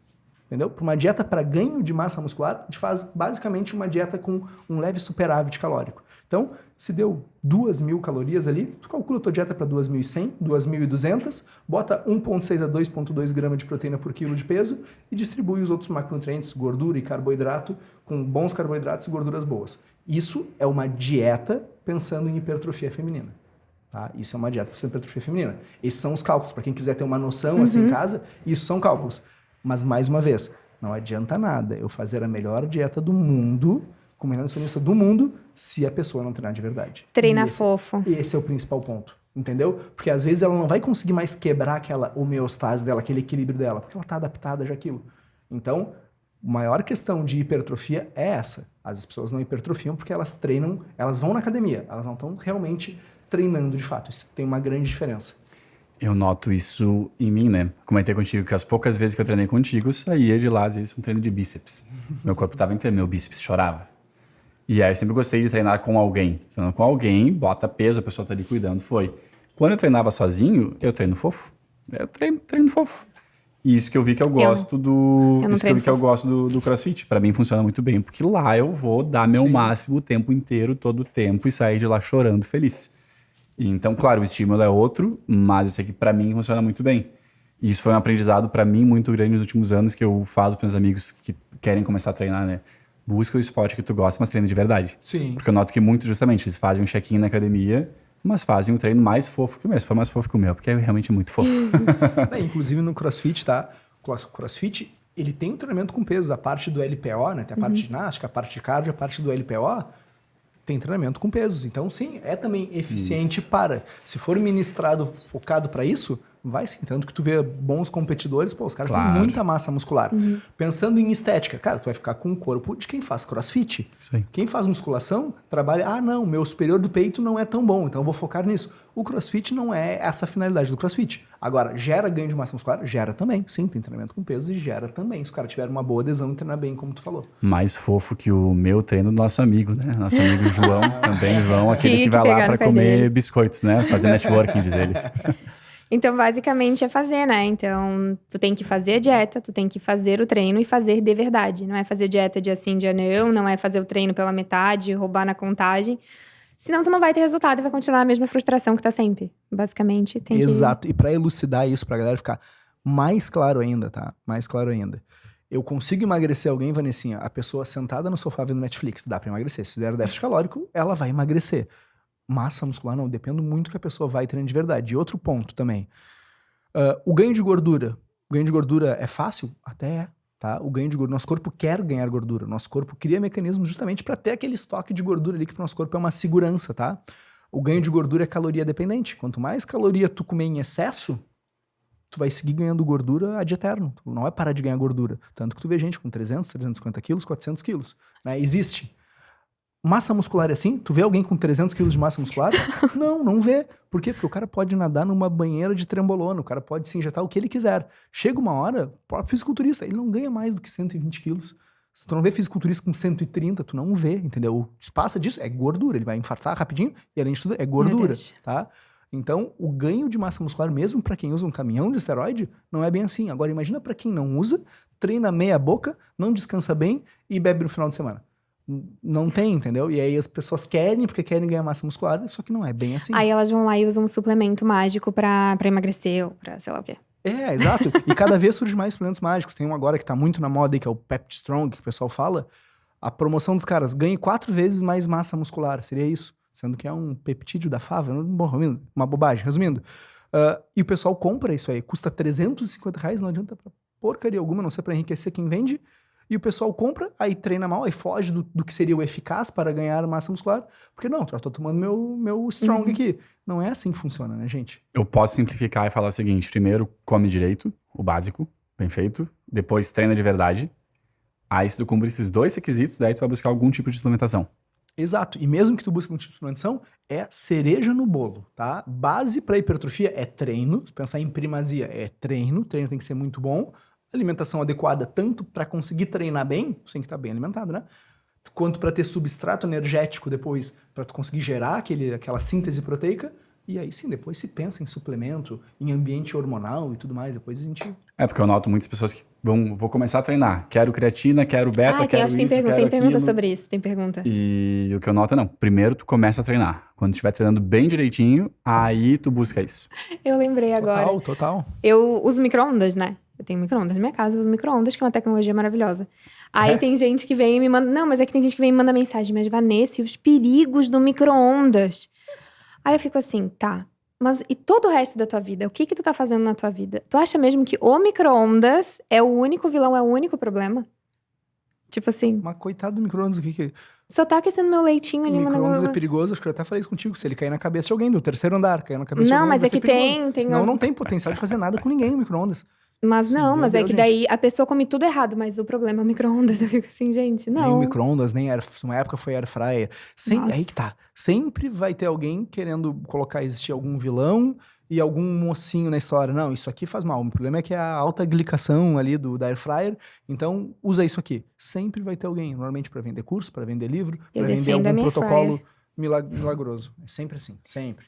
E já que a gente falou de gordura, vamos falar de um tema que apareceu muito na caixinha, que tá cada vez mais em alta, porque eu acho que agora os médicos, especialmente, estão começando a aprender mais sobre isso, enfim, que é o lipedema. Tá vindo muito nas redes sociais de pessoas dando relatos de que, eu podia emagrecer o quanto fosse, minha perna não mudava e tal. E aí, o que a gente pode falar sobre isso? Alimentação e lipedema. Perfeito. Primeiro de tudo é entender, né? É o que tu falou. É um tema que tá em alta, que nem alguns anos atrás surgiu ali o tema desbiose intestinal. Pode falar? Expliquem o que é lipedema, por favor. Isso. Alguém. Um de vocês. Não, Rodrigo, por favor, que tu vai dar os termos certos. Primeiro de tudo, né, pessoal, por anos vem isso, surgem, não são novas doenças, mas diagnósticos, e as pessoas se identificam. Tem até um nome para esse fenômeno que eu não vou me lembrar agora, mas cada vez mais pessoas começam a se identificar porque tá em alta aquilo, enfim. Mas muita gente com certeza tem, tá? Só não tinha esse diagnóstico, mas muita gente tem. Há um tempo atrás foi a desbiose intestinal, né? Tudo era desbiose, tudo é desbiose. Todo mundo tem que tomar probiótico para curar a desbiose e por aí vai. Agora, o lipedema, e realmente muita gente tem o lipedema, que é esse problema circulatório, principalmente em membros inferiores, tá? Que acomete normalmente mulheres, homem pode ter também, mas normalmente é acometido para mulheres. Dá muito na canela, nos joelhos, na coxa, tá? Existem vários graus de lipedema, são 4 graus de lipedema. Então, primeiro de tudo, gente, para ter o diagnóstico de lipedema, não é vendo a Luísa Brunet falando que ela tem lipedema e dizer, olha, eu tenho a coxa igual a Luísa Brunet, então também tenho. Não, tem que ir no médico, normalmente um vascular, tá? Tem que procurar um médico vascular, que ele vai fazer o exame de imagem adequado para dizer se tu tem lipedema, qual é o grau desse lipedema. Então, algumas meninas têm lipedema, por exemplo, e sentem muita dor, estão sempre roxas. Algumas não, só é um fator estético que incomoda elas. Então, tem que ver isso. Por quê? A depender do grau, gente, e aí o pessoal viaja com relação à dieta e doenças de maneira geral, achando que a dieta vai resolver tudo, tá? A depender do grau, o tratamento é sim medicamentoso. O mais comum dos médicos entrarem seria a diosmina, tá? Que é bom, enfim, é o medicamento para a circulação dos membros inferiores. Depende disso, depende desse diagnóstico, depende da conduta do médico dizer isso. Agora, para lipedema, Rodrigo, qual seria a conduta mais assertiva? com certeza, se a menina tem gordura para perder, vai melhorar e vai melhorar muito essa questão da circulação de membros inferiores, do aspecto, inclusive ela vai sentir menos dor, tá? Sim, funciona. Agora existe, que é o que as meninas devem estar vendo aí na internet muito seguido, existe o protocolo, a dieta certa, porque uma das que está falando bastante isso é a Luísa Brunet, que realmente tem, tá? Uma menina... Aquela menina do cabelo comprido? Yasmin Brunet. Yasmin. A Luísa acho que é a mãe dela, então. Pode ser? A Luísa acho que é a mãe dela, que era famosa também, então é Yasmin, isso aí, que ela foi até no Big Brother, eu acho. Isso, Yasmin Brunet. Foi isso, né? Então essa menina, então não é a Luísa, é a filha. Essa menina falando, ela fez uma dieta que ela perdeu 14 ou 16 quilos, não lembro agora o que tem parecido aí, que já mandaram algumas vezes essa pergunta também. E a dieta era restrita em glúten, restrita em lactose, tá? E aí surgiu aquilo. Bom, então, para tratar lipedema, eu tenho que tirar o glúten e tirar a lactose da minha vida. Primeiro de tudo, gente, isso é um relato de caso. É um relato de caso da Yasmin Brunet, especificamente. Ok, pode ter acontecido, beleza. Segundo, tá? Quando ela tirou glúten, tirou lactose, o que vem mais de informação sobre isso? Ela perdeu 14 ou 16 quilos. Uma menina que já não era gorda, tá? Já não estava acima do peso, tá? E ela perdeu, ela secou 14, 16 quilos. Segundo de tudo, é isso. Ela secou porque ela tirou glúten e lactose? Ou porque ela secou porque ela parou de comer, sei lá, um croissant no meio da tarde, porque tinha glúten e lactose, parou de pedir a pizza de noite, ela parou de comer o lanche no meio da manhã, não sei. Vocês entendem? E aí, não, porque o glúten e a lactose são vilões. Não, gente. Ela emagreceu, ela fez tratamentos médicos e procedimentos que ela não explica ali, mas ok, pode fazer, tem que fazer, só que não vem evidenciado ali tudo que foi feito nela, e as pessoas acham que não, tá aí. Para tratar lipedema é tirar glúten e lactose. Para tratar lipedema tem que ser uma dieta anti-inflamatória. Toda dieta bem feita tem, que a gente já conversou sobre isso no outro episódio, toda dieta bem feita tem esse cunho anti-inflamatório, vai diminuir a inflamação sistêmica, entendeu? Então, gente, para dieta para lipedema, que é a pergunta do pessoal, tá? É toda e qualquer dieta que seja bem feita, que se a menina tem algum excesso, que gere perda de gordura, tá? Isso é uma dieta para lipedema. Aí, mais uma vez, vai entrar no que a gente falou há 10 minutos atrás. Entra no fator adesão. Essa menina tem que ter adesão a isso. Ponto. Tu agora sabe o que é lipedema? Eu sabia, mas aqui é uma palavra nova para muitas pessoas, tá. então... Não, eu pensei, eu não sabia se era tu que não sabia ou se a gente só queria só que falasse. Não, eu tô fazendo o teu papel de ajudar a gente a entender. Entendi. Não, mas como a maioria das pessoas que assistem aqui são mulheres, e na média as mulheres já têm noção, porque se identificam, enfim, ou porque já viram esse assunto, porque tá muito em alta no universo feminino a questão do lipedema, né? Exato, tô tendo várias pacientes que têm e realmente têm o diagnóstico, tá?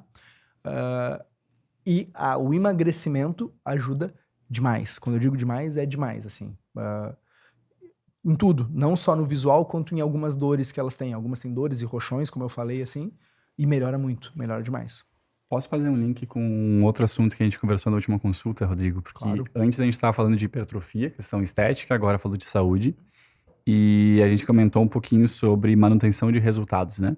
Na nossa última consulta. De quem tu nota na tua experiência clínica, enfim, que consegue manter os resultados. Então, realmente mantém as coisas ao longo do tempo e segue melhorando. Como assim, quem eu noto? Na tua experiência clínica, são pessoas que buscam estética, são pessoas que buscam saúde? Qual é o perfil da pessoa que consegue manter esse resultado ao longo do tempo? Perfeito. A grande maioria, irmão, elas vêm pela estética, tá? Quando elas percebem que a estética é um bônus, tá? E que o que vem por baixo disso, que é mais importante realmente é a saúde, porque elas sentem mais dispostas, elas começam a dormir melhor, elas começam a treinar melhor. Quando elas veem isso, aí que elas viram a chavezinha e vê, opa, na verdade meu foco tem que ser saúde, a estética vai ser um bônus. O teu caso é um caso bem claro disso. Quando tu focou em saúde, não, porra, meu colesterol tá ruim, eu tenho que focar em saúde aqui. A tua estética virou a chave, como eu te disse, foi a tua melhor avaliação ao longo de 3 anos, entendeu? As pessoas que têm o melhor resultado no longo prazo são as pessoas que o foco delas não é a estética. O foco delas é a saúde. Tá? Elas mudam todos os hábitos, elas conseguem realmente fazer o sentido da palavra dieta, como a gente conversou também em outro episódio, que é modo de vida, modo de viver. Elas têm um modo de vida, um modo de viver que é realmente muito saudável. Mais uma vez, trazendo um grande pesquisador que é o Mozafarian, ele fala isso. É óbvio que no curto prazo, dietas prescritas, contagem calórica funciona. Porque no curto prazo tu vê muita adesão daquilo porque o cara tá focado naquilo, tá? No médio e longo prazo, os resultados que ficam é de quem? De quem realmente entendeu o que significa dieta. Realmente mudou o modo de vida dessa pessoa. entendeu? Então, por isso que a consulta nossa nutricionista não é para prescrever dieta. É para ser uma aula, para a gente ensinar o nosso paciente, para ele entender, para ele raciocinar por ele mesmo. Hoje vocês, óbvio que eu atendo vocês têm uma dieta prescrita, mas na consulta da Vanessa, ontem ela me disse, eu falei, Vanessa, vamos lá, então vamos fazer dieta. Ela falou, Rodrigo, faz o que tu quiser aí, porque o padrão que tu monta para mim há anos é o que eu vou seguir para sempre.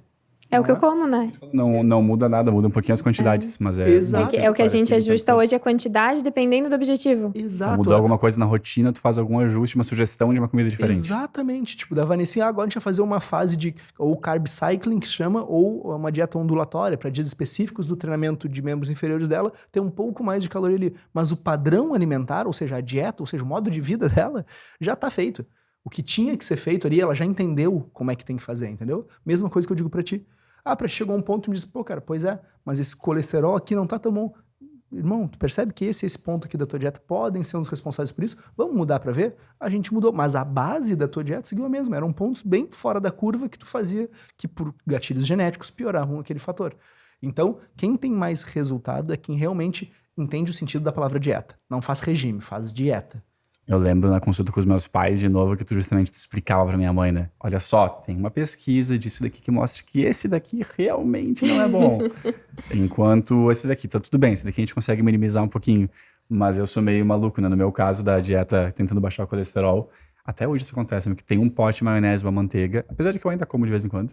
Mas eu visualizo que lá só imagino, peraí, isso daqui agora vai ter a minha veia aqui no corpo e vai ter um monte de maionese aqui nos cantinhos agora. Não, tem coisa que a gente eu consegui visualizar, assim. Ó. A gente pensa, nossa, tá indo direto pro coração. Verdade. Não, tem coisa que, assim, não que tá comendo, né? Mas que tu vê e que tu pensa sobre daí. Não, só você, tu comendo, tá vindo aqui, tá direto a minha veia ficando paradinha aqui do lado. Deixa eu evitar. Por isso que a gente tem, agora eu aconselho pros nutricionistas que assistem vocês, tá? Por isso que a gente tem que realmente estudar para quando o paciente estiver na nossa frente, a gente explicar de maneira que ele entenda. Porque quando ele entender, ele vai ter adesão, porque ele vai estar ali sozinho para fazer a escolha dele, que ele não vai estar 24 horas com o nutricionista, ele vai pensar do porquê que ele não é interessante ele fazer aquilo, o que é mais interessante ele fazer naquele momento. É isso, o cara tem que entender isso. Então, esse é o nosso papel, é muito mais de educação do que propriamente calcular calorias e macronutrientes. Aí o ChatGPT faz e faz muito bem, tá? Faz muito bem. A ideia não é que a gente fique com o nutricionista para sempre, né? Exato, exato. Por mais que venham em mim a cada tantos meses para fazer revisão, tudo mais, bacana, legal, adoro. Ainda assim, meu papel é educar a pessoa a sair dali entendendo o que deve ser feito. A gente segue indo só porque a gente gosta de ti, cara. A gente fala sempre muito sobre emagrecimento, né? Que na média é o problema maior das pessoas, né? Mas e as magrinhas? Eu não encontrei a mensagem aqui agora, mas ela falou assim, ó, os nutris só falam de emagrecimento e a gente magrinha que não consegue ganhar peso de jeito nenhum, o que a gente pode fazer?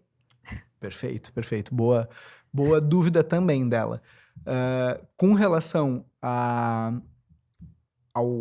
menina que é magrinha, que realmente tem um percentual baixo de gordura, aquela dieta que eu falei ali, meninas, calculem o que é o GET de vocês pela fórmula do Harris, tá? Porque a menina é magra, tá? É diferente. Pela fórmula do Harris e bota 5 ou 10% a mais das calorias que tem ali, pensando em hipertrofia e treina muito bem. Para menina magrinha, aquilo ali se aplica muito bem. Qual que é a grande questão, né, Vanessinha? Normalmente, pessoas magras são as mesmas pessoas que têm uma dificuldade de ingerir muita comida, muito volume de comida. Aí sim, aí vem a parte do nutricionista ser inteligente de botar alimentos que têm uma densidade calórica maior, que a pessoa consiga comer aquela caloria que ela precisa no dia. Uma mulher, tá? Uma mulher de, vamos lá, mais uma vez, 60 quilos.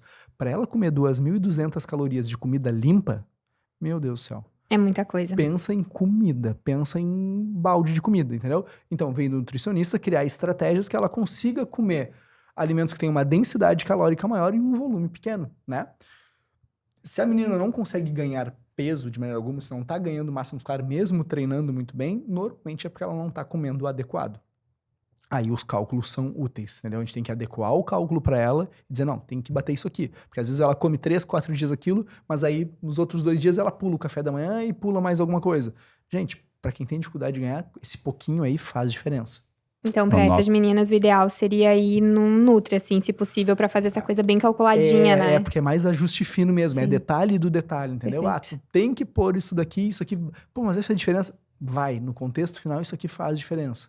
Eu não sou menina, mas no meu caso eu noto que emagrecendo e ganhando massa. Emagrecer eu consigo fazer muito mais facilmente. Fecho a boca, aguento, foi. Agora, os momentos de ganhar massa de foco em hipertrofia, eu lembro que era um balde de comida no almoço, um balde de comida na janta, não aguentava mais e segue comendo, e aguenta. Era muito mais difícil. Exatamente. E é muito mais difícil de sustentar, né, irmão? De sustentar em 92, como a gente chegou a te botar uma vez, é muito difícil. Um cara magro, com um perfil eu perco. magro que nem tu, o João, ele pega uma gripe, ele perde 3, 4 quilos, é verdade. E não é pouca gripe que ele pega, né? 6 quilos em uma semana. Perdeu 6 quilos em uma semana numa gastroenterite, acho que foi aquela vez. Perdeu 6 quilos em uma semana. E pra recuperar, Rodrigo, foi só água. Eu tinha passado 2 meses ganhando aqueles meus 6 quilos, e aí foi uma semana, foi tudo embora. Exatamente. Agora vamos pra pergunta de ouro. Quais são os suplementos necessários para quem treina? Boa pergunta. A gente pode fazer até um guia de suplementos que são úteis, tá? Quando a gente vai pensar em suplementos necessários para quem treina, tá? Eu tô falando de suplementos, normalmente, que aumentem o que a gente chama de potencial ergogênico. O que é esse nome bonitinho? Aumentem o potencial de treino da pessoa, seja de força, seja de resistência. Então, esses suplementos aí. Se eu for pensar nisso, Vanessinha, e pensando em base científica boa, base científica séria, tá? Eu tenho aí, diria que hoje, 5 suplementos que realmente têm uma evidência boa de aumentar o potencial de treino. Quer dizer que a pessoa precise suplementar isso para ganhar massa muscular? Não quer dizer. Mas quer dizer que esses podem sim ajudar, tá?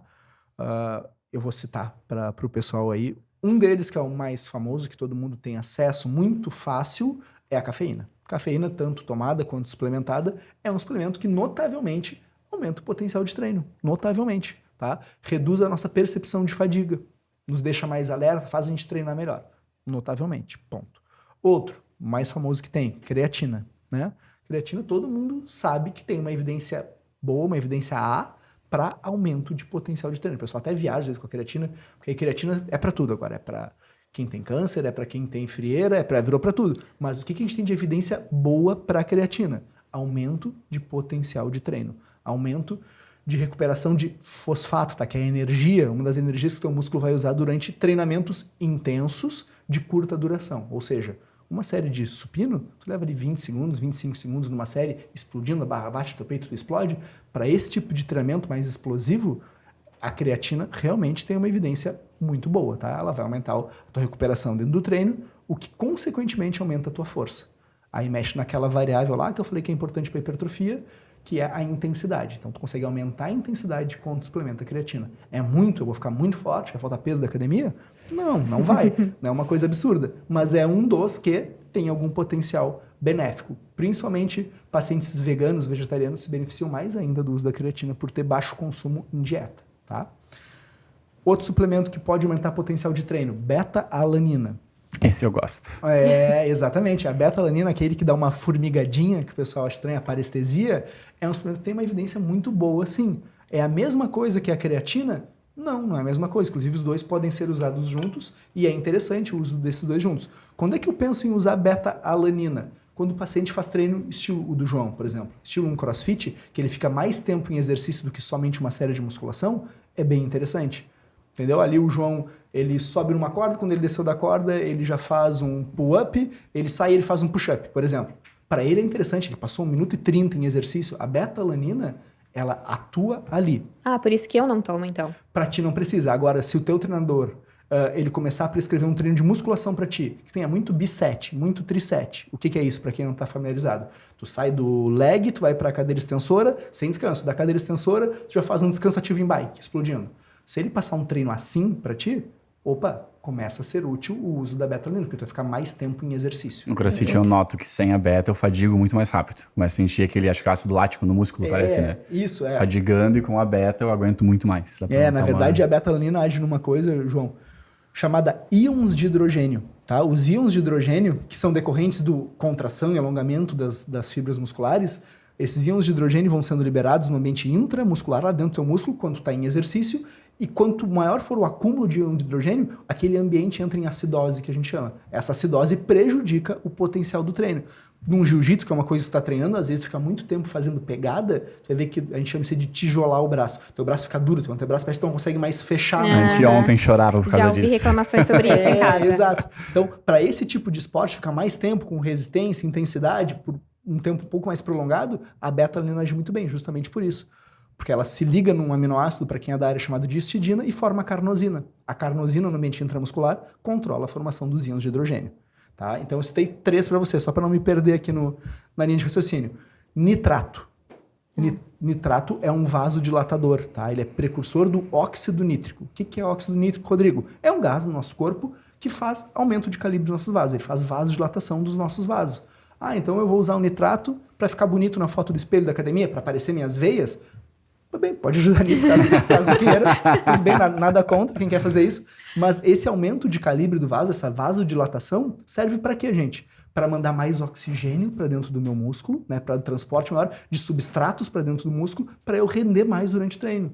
Entendeu? Então o nitrato, ele aumenta o meu tempo em exercício também sem entrar numa exaustão. Então o nitrato serve para isso. E o último dos que funciona, que tem uma evidência A, mas que eu não suplemento para ninguém, é o bicarbonato de sódio. O bicarbonato, sim, a evidência é A para bicarbonato de sódio. Vocês estão com essa cara porque eu nunca botei para vocês, né? É porque bicarbonato usa para fazer limpeza na casa? Exatamente, pode usar para treinar também. O bicarbonato de sódio, ele age muito parecido com a beta-alanina, mas não no ambiente intracelular, não dentro do músculo, fora do músculo. Se tem menos íons de hidrogênio, por exemplo, fora do músculo, tem menos ácidos fora do músculo, o músculo consegue expelir mais fácil o que está dentro, tá? Qual que é o problema do bicarbonato? A dose que a gente tem uma evidência que realmente é eficaz para diminuir essa acidose e tudo mais, é uma dose que causa muito desconforto gástrico, inclusive com diarreias. Não é interessante. E segundo, que é um bicarbonato de sódio. Dieta naturalmente já tem bastante sódio. O único uso crônico disso não vai ser tão interessante para a saúde para a maioria dos pacientes. Então é muito barato, realmente seria legal, mas eu acabo não prescrevendo, e a maioria dos nutris não prescreve por isso, tá? Mas seriam os 5 ali, que é, como a menina perguntou, suplementação para hipertrofia, seriam interessantes. Aí tem os outros que a gente pode pensar, o próprio whey protein. Eu ia perguntar, e o whey? Perfeito, o próprio whey protein. O whey protein é um bom suplemento, é um ótimo suplemento. É fantástico porque ele é versátil, ele é palatável, a pessoa consegue, que tem vontade de doce, já usa ele para fazer algo, isso aí também mata aquela vontade de comer um doce de uma maneira saudável. Ele tem uma ótima digestibilidade, ele tem um valor biológico bom também. Então, o whey protein é uma ótima suplementação também. Ele é fundamental, sem ele eu não vou gerar hipertrofia? Não, óbvio que vai. Se ao invés de whey protein, tu comer, por exemplo, clara de ovo, uma dose de whey protein tem aí 24, 25 gramas de proteína, tá? Bota 24 para ter uma média. Uma clara de ovo tem 4,5, tá? 4,5 gramas de proteína. Então, se tu comer 5 claras de ovo ou tomar uma dose de whey protein, em proteína, vai dar elas por elas, tá? Então, só que o whey é mais gostoso. Só que o whey é mais gostoso, é mais prático. Dificilmente, vou tomar um whey ali pós-treino no meu trabalho. Se tu abrir um pote de clara de ovo, tu vai ser demitido, né? Os caras vão te expulsar dali na mesma hora. Então, o whey protein é versátil, é prático. A digestão é uma digestão facilitada. Então, tem vantagem sim do whey protein. Para bater as proteínas, para tu conseguir sempre ter um aporte proteico, é interessante pensando em hipertrofia. Eu tenho uma pergunta pra ti, Vanessa. Eu vou aproveitar o momento para falar, então. Fazer a pergunta. Tá, faz. Tem alguma recomendação de alguma marca de suplementação? Seria muito bom, né? A gente tem a marca de suplementação para recomendar para vocês, que é o Wise. Inclusive, é uma das marcas que tu indica, né? Boas marcas para consumir. Como a gente usa muito, vocês sempre perguntam. Então, para quem quiser saber, tem a Wise, tem cupom de desconto. O whey, o meu favorito é o de chocolate, que é o menos doce, porque eu sou a favor dos wheys menos doces. O João já gosta de um que é o mais doce de todos, quase. E o mais vendido deles. É um dos mais vendidos, branco, né? Chocolate branco. Eles me mandam também, eles mandaram um de chocolate branco. Batido com fruta, eu achei bem bom também. A Vanessa fez um mousse de limão, né? Um mousse de limão. É isso que é legal do whey, tá? Pra falar, né? Que foi legal que tu falou, que não é obrigatório tu tomar o whey protein pra treinar, pra emagrecer, pra ganhar massa, enfim. Mas ele é um facilitador da dieta, né? Total. Então, como tem essa questão dele ser doce, tu tá com vontade de fazer um mousse de limão, por exemplo, eu tenho que postar receita disso. Vai usar um whey, vai ser proteico, vai estar dentro da tua dieta, tu vai bater tua quantidade de proteína, ele vai te ajudar e vai ser fácil de tu comer, docinho, uma tua vontade do doce, não precisou comer algo que não tava na dieta. Então, facilita. E aí, pra quem estiver procurando uma marca, a gente recomenda a Wise, que é a marca que a gente usa, que tem o Crisp também, protein, que é maravilhoso aquilo, que é o whey protein em forma de um negocinho crocante, que é... Lá em casa todo mundo ama, até as crianças, tem até que cuidar, porque senão eles comem mais do que deveriam. O pão vanessalino, né? O pão vanessalino. Mas eu tenho uma dúvida agora, assim, fugindo do publi, mas mantendo a suplementação. Quando nós escolhemos a Wise, a gente começou a buscar várias marcas, falamos contigo, pedimos recomendação. Nós olhamos listas de ingredientes, especialmente a Vanessinha, olhando no detalhe. Nós pegamos várias marcas lá em casa e começamos a fazer testezinhos de textura, de sabor, enfim, para entender o que faria sentido. E além disso, buscamos outras variáveis como preço e reclamações da marca, etc. Mas, de novo, não considerando a Wise em si, mas como é que tu avalia se um suplemento é bom? Seja o whey, geralmente que vai ter mais ingredientes, né? Creatina, teoricamente, deveria ser creatina, mas enfim. Como é que tu faz pra avaliar? A pessoa não quer comprar da marca Enche Recomendou, quer comprar alguma coisa no mercado hoje. Como é que a pessoa avalia a qualidade do suplemento? Então, irmão, até falando sobre whey que eu acho interessante trazer, existem alguns tipos de whey proteína. A pessoa até às vezes se perde um pouco nisso.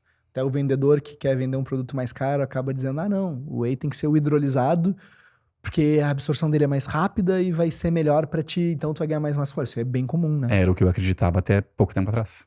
Pois é, que bom que te salvamos dessa. Cara, Sério? Não, na minha cabeça tem que pegar o melhor whey, que vai ser o mais puro possível, e os outros vai ter um monte de carboidrato e açúcar ali no meio. Eu não quero. Era a minha cabeça. Não, mas isso aí é uma dúvida comum mesmo. Tu viu que esse whey aqui, mas ele tem 3 gramas de carboidrato. Dá vontade de dizer, irmão, os 3 gramas não vai nem chegar no teu intestino. Não te preocupe, você vai ser quebrado na tua boca já. A amilase já vai quebrar isso daí. Resumindo, primeiro ajuda a gente a entender, né, que existem 3 filtragens principais do whey protein, 3 whey protein que o pessoal vai encontrar, que é o concentrado, que para a grande maioria das pessoas, a imensa maioria das pessoas, ele serve e serve muito bem, tá? Que seria a primeira filtragem. Vai ser o melhor custo-benefício de todos, geralmente, né? Vai ser o melhor custo-benefício de todos, tá?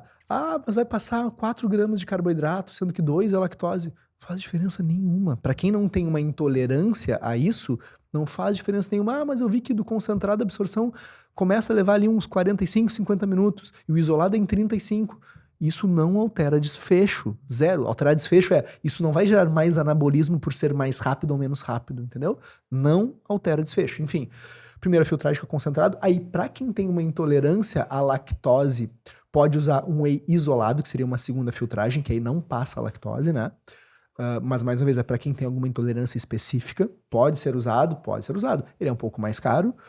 Talvez o pessoal não ache tão gostoso quanto um whey concentrado, mas ele é especialmente para quem tem alguma intolerância específica. Até tem marcas, acho que a Wise inclusive tem, tá? O whey concentrado sem lactose. Sim, eles têm o zero lactose, tem o isolado, tem o concentrado e tem o vegano também. Tem o vegano que aí não é o whey, não é o whey, aí é proteína vegana, é isso aí. E uma última filtragem do whey protein, que seria a filtragem do whey hidrolisado, que é a terceira filtragem, é um whey mais purificado e tudo mais, tem uma concentração maior de proteína, 90%. Então em 30 gramas vai ter 27 gramas de proteína, o que não altera nada, pensando em hipertrofia, em desfecho de pessoas saudáveis. O whey hidrolisado é para quem então, Rodrigo? Cara, um paciente idoso que tem algum problema em absorção das proteínas, tem dificuldade dessa absorção por uma diminuição de protease, por exemplo, por algum problema intestinal. O paciente que veio de uma cirurgia bariátrica pode se beneficiar de um whey hidrolisado, que a digestão vai ser facilitada, mas pensando na média, 90% das pessoas que não tem problema algum, gente, o whey concentrado é ótimo, tá? Toma um whey concentrado, não precisa ficar pagando caro por um whey, porque isso não vai gerar, comparar o concentrado com o hidrolisado, dizer que um vai ser melhor que o outro, pensando de maneira genérica, não tem como, tá? Então esse aí tem também as proteínas veganas ali, como a Vanessinha bem falou. Inclusive, já vou trazer à tona um tema polêmico, sem a pergunta de vocês, mas já vou trazer, que é sobre colágeno. O pessoal me pergunta muito sobre colágeno. Não, mas eu tô tomando colágeno, tô tomando whey. Que tiro no pé, entendeu? Se o objetivo de tomar colágeno é pensar que tu vai gerar mais hipertrofia, porque é um colágeno, é um tiro no pé absurdo, tá? Inclusive, depois, para quem tiver dúvida, eu posso encaminhar alguns estudos sobre. Mas, enfim, toda proteína é composta por aminoácidos. Toda proteína, o que formam as proteínas são os aminoácidos, tá? Existem vários nomes, o pessoal conhece. Leucina, isoleucina, valina, histidina, são vários nomes de aminoácidos que formam as proteínas. Existem 9 aminoácidos essenciais. Para a gente fazer síntese proteica, ou seja, para a gente ter hipertrofia, eu preciso desses 9.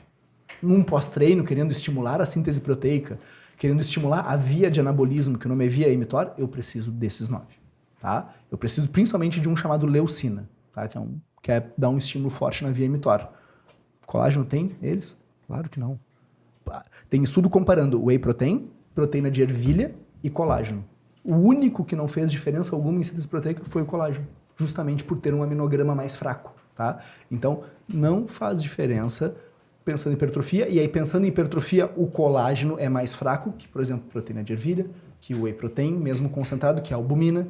Então, Gente, estão pensando em... E até porque é mais caro ainda o colágeno, né? Estão pensando em hipertrofia? Não é o colágeno que vai ajudar vocês. Mas aí, pensando só em meta de proteína do dia, sei lá, eu tenho que comer essa quantidade de proteína. Perfeito, até pode bater. Assim, só que tem que ser entendido o seguinte, não é só na meta de proteína, a gente pensa sempre num aminograma, né? Quais são os aminoácidos que está entrando nessa proteína? A gente sabe que o colágeno não tem os que a gente precisa. Tem até um médico muito famoso, que é eu acho que hoje o mais respeitado do Brasil na área de endocrinologia, que é o Dr. Bruno Halper, que é da USP, lá de São Paulo, cara, dirige o maior grupo de pesquisa aí do Brasil.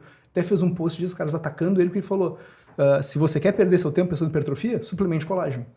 E é isso, os estudos já mostram desde 1970 que o colágeno para hipertrofia não adianta. Tem algum benefício no consumo do colágeno? Eu ia falar pele, cabelo. Zero.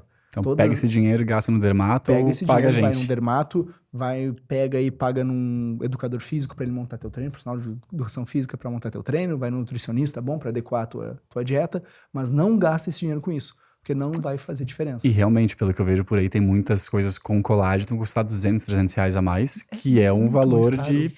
Tu consegue pagar muita coisa com isso. Eu tô fazendo um raciocínio aqui na minha cabeça, porque eu ouvi que tu vai tomar o colágeno, só que não é como se tu tomasse o colágeno e falasse pra ele, só pra perguntar se tá certo, tá? Colágeno vai pra minha unha porque minha unha que tá precisando.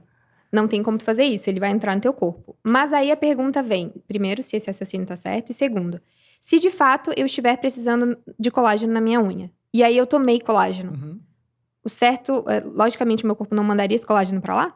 Então, é o que tu falou, tá perfeito. O aminoácido, ele não tem um GPS, tá? Que vai dizer o seguinte, ó, eu vou botar ele no meu corpo e tu vai lá pra minha unha, tá? Minha unha do pé esquerdo tá precisando de ti, então eu vou te mandar um GPS pra lá. Não existe isso, tá? É tudo por demanda. Onde é que qual área do corpo tá precisando mais? Por isso que quando a gente treina, é um momento ótimo para ofertar aminoácidos essenciais. Por quê? Porque aquele músculo, como eu falei pra vocês, foi agredido, então ele tá pedindo para se reestruturar. Então tem um estímulo à síntese proteica por aí. O próprio treino estimula essa via mTOR aí, e aí vai ter uma região que tá pedindo mais aminoácidos, tá? Ainda assim, todos os aminoácidos que eu suplemento, que eu tomei no whey protein, vão ir pro meu músculo, então? Não. Muita parte já é perdida no intestino, no trâmite intestinal, muita parte vai pro ciclo da ureia, muita parte forma neurotransmissores. O estudo que a gente tinha bom ali era que 10, ou seja, tomando 20 e poucos gramas de proteína do leite, 10%, 11% vão para síntese proteica mesmo muscular, para hipertrofia miofibrilar, exatamente, é esse rosto mesmo. É assim, então se eu botar uma proteína que além de tudo não tem os aminoácidos essenciais, é mais tiro no pé ainda. Entendeu? Tô deixando... Então, mesmo que esteja em falta no meu corpo, da minha unha, aquele colágeno não vai fazer diferença. Come ovo, come peito de frango, que é tapado de colágeno. Posso suplementar BCA? Eu digo, pode suplementar. BCA são 3 aminoácidos, são aminoácidos bons, tá? Inclusive a leucina tá no BCA. Pode, mas se tu comer 50 gramas de peito de frango, já vai ter 3 gramas de BCA. Não vai mudar nada, entendeu? Só vai gastar dinheiro à toa. Perfeito. Agora vamos começar a finalizar. Eu queria fazer meio que um bate-bola de algumas perguntas, tipo, mais rápidas. Se prepara aí, cara. Essa pergunta apareceu muito, tá? E é uma reclamação, imagino que deve ouvir bastante. Pessoas que concentram gordura na barriga, só engorda lá. Quais alimentos melhoram, quais evitar, o que fazer com essa questão dessa gordura da barriga que não vai embora? Perfeito. Vamos lá. Primeiro, eu estudei entender que tanto o ganho quanto a perda de gordura, ela é sistêmica, tá? Ela é sistêmica. Tu não ganha só lá. Tu pode perceber mais lá, mas não existe um ganho só lá. Normalmente, quem te perguntou, acho que foi uma menina, né? Foi uma menina, Normalmente, quem ganha mais gordura na barriga são homens, né? Por fatores hormonais, nós homens temos uma tendência maior a ganhar gordura na barriga e meninas ganham mais na coxa, na bunda e nos braços. Principalmente em virtude do estrogênio. Quando é que a mulher começa a ganhar mais gordura na barriga? Quando tem uma diminuição desses hormônios, principalmente do estrogênio, que a gordura deixa de ser mais periférica, ou seja, sai um pouco da coxa, da bunda e dos braços e começa a ficar mais central. Quando? Lá na menopausa. Quando vai chegando perto da menopausa, a mulher que tem aquele corpo mais violão, começa a gordura a ficar mais central. Inclusive, esse é um dos fatores que aumenta o risco cardíaco dela, tá? Porque a gordura fica mais central. Então, o primeiro estudante entender isso. A cara dela. Primeiro estudante entender essa parte aí, tá? Não existe isso. Algumas pessoas vão ter mais dificuldade de perder gordura num local específico. Sim, algumas pessoas vão ter mais dificuldade. Porque tem uma ligação de hormônios ali que fariam aquela quebra, fariam aquela lipólise diminuída. Tem menos ligações ali e elas vai ser a última gordura que vai sair. Tipo o poço da piscina. Sabe aquele poço da piscina, que é o lugar mais fundo da piscina? Tu vai esvaziar toda a piscina. Qual é a última água que sai? É a água dali, tá? Ainda, sim, tu consegue esvaziar? Consegue, só que a última que vai sair vai ser aquela. E o ponto é o seguinte, ela perguntou, algum alimento em específico vai fazer eu acelerar a tirada de gordura da minha barriga ou não? Não. O emagrecimento vai fazer isso. O emagrecimento vai uma hora que aquela gordura vai sair dali. E aí tem que ver vários fatores. Tem que ver se é gordura mesmo, se é uma sobra de pele, se a pessoa já está emagrecida, né? Se é gordura mesmo, se é uma sobra de pele, se é alguma coisa ligada à diástase, que o abdômen dela vem para frente, se tem algum tipo de intolerância, que o abdômen fica dilatado, ela acha que é gordura. Então tem que ver as questões, mas não tem, né, Vanessinha? Não tem nenhum alimento que eu tenha que evitar ou que eu tenha que incluir pensando em perder gordura. Então é uma dieta de déficit até que tu perca a barriga. Exatamente. Até que tu seque lá. Exatamente. Inclusive, é um ponto também que eu falei ali pra menina que era magrinha e tudo mais. Pra menina que não tá tão seca, é um tiro no pé se ela quiser ganhar massa muscular. Lembra que a menina magrinha falou, se eu quiser ganhar massa muscular, ninguém fala sobre isso. Pra menina que não tá tão magra, querer ganhar massa muscular, fazer superávit calórico já tendo uma gordurinha, seja na barriga, seja na coxa, não é interessante. Primeiro a gente seca, depois a gente ganha massa muscular. Primeiro o cutting, depois o bulking. É isso aí. Primeiro a gente vai dando uma sensibilizada ali. Tens alguma observação? Não. Então vamos lá. Sim ou não? Comer à noite realmente é pior? Tipo, comer à noite, carboidrato à noite. Perfeito. O que tem saído aí na cronobiologia de respeito ao ciclo circadiano, sim, tá? Olha que bomba, tá? Vai meio a contrassenso, mas sim, tá? Vamos só para entender, para explicar pro pessoal. Quando vai escurecendo, nosso olho percebe que vai escurecendo, nossas células fotossensíveis veem isso e já mandam um sinal para uma glândula chamada de pineal. Essa glândula pineal vai liberar um hormônio que é ligado ao sono. Qual que é ele? Qual é o hormônio relacionado ao sono? Melatonina. Ah, viu? Tá, não adianta. Exatamente. Por que a gente chama o Rodrigo mesmo? Né? Então, quando secreta a melatonina faz todo um arcabouço ali que vai organizando pro teu corpo dizendo a seguinte mensagem. A gente vai se preparar para dormir, não precisa ficar gastando energia agora. Inclusive um órgão chamado de pâncreas que libera a insulina, que é um hormônio responsável por baixar o açúcar do teu sangue, por levar o açúcar para os tecidos, também vai sendo diminuída nesse momento. Tá? É daí que vem essa coisa de não pode comer depois das 18 horas. Não é que não possa comer. Mas eu botar mais calorias, eu carregar mais calorias à noite, pensando em desfechos metabólicos, tá? Pensando em saúde de maneira geral, é sim pior. Tá? Se eu puder, os estudos de crononutrição me mostram que se eu puder fazer a última refeição ali pelas 18h30, 19 horas, é mais interessante pensando em resposta metabólica, tá, gente? Independente do que vai comer, carboidrato ou não carboidrato. É a última refeição. Pensando em estudos bem controlados com dietas equivalentes, dietas isocalóricas, ou seja, os grupos têm as mesmas dietas. Um grupo pode comer até as 3... O nome desse estudo é o Early Time Restricted Feeding, para quem quiser procurar. Um grupo pode comer até as 15 horas da refeição, o outro pode comer até as 19. O grupo até as 15 horas tem vantagens metabólicas, como melhora da sensibilidade. Mesmas refeições, tá? O grupo de estudo fornecia as refeições para quem ia comer. Então, mesmas refeições, calorias iguais, tudo certinho, tudo perfeito. Tá? Estudo muito bem controlado, publicado na Cell.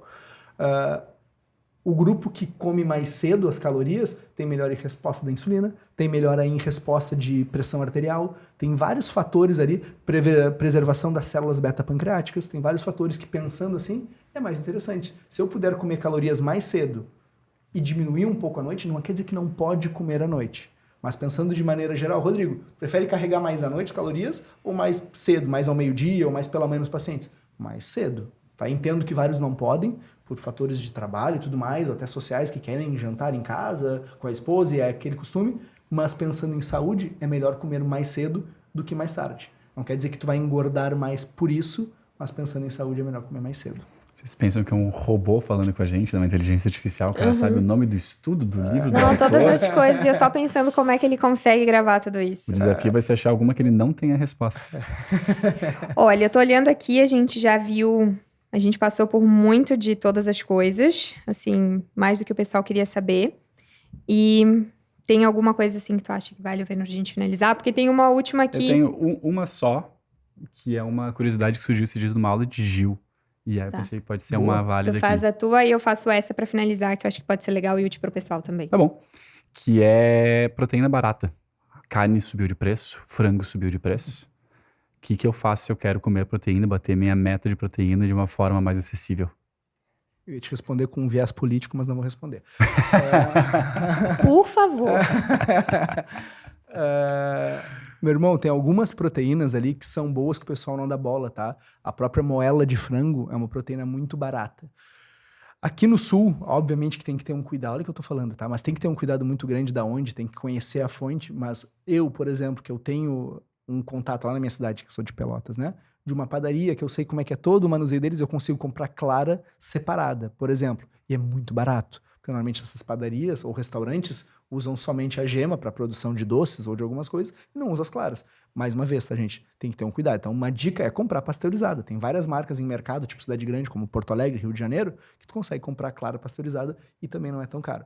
Mas proteínas baratas para se comprar. Porco é uma ótima proteína e é mais barato, tá? Tem vários cortes do porco que são cortes bem mais acessível, é verdade. É bem mais acessível. E é uma proteína que eu não sei porque as pessoas não dão tanta bola, mas é muito boa, tá? Nível de creatina do porco é bom. Então, o pessoal quer experimentar creatina, o porco tem bastante. Qual corte? Eu acho que o pessoal associa com o bacon e daí pensa que é só bacon e barriga de porco, era isso, mas exato. tem mais opções, né? O principal corte do porco, que é um corte muito magro, seria o filé suíno. O filézinho suíno é muito fácil de consumir, tá? E é bom. O sassami, em alguns mercados, o sassami, o cortezinho do frango, também não tá tão caro, tá? Moela de frango é um corte barato e super tranquilo de conseguir em qualquer lugar também. E é mais ou menos por aí, mas realmente tá muito caro comprar proteína. Mas não é tão difícil de bater proteína, se tu for ver, cara. Se tu for ver, a quantidade proteica, né, a concentração proteica nessas proteínas que a gente conversou agora é alta. Então não é tão difícil assim de bater. Essa conta de, tem que ser 2 gramas, cara, é muito fácil de chegar ali, entendeu? Para um homem aí de 75, 80 quilos, não é difícil de conseguir isso.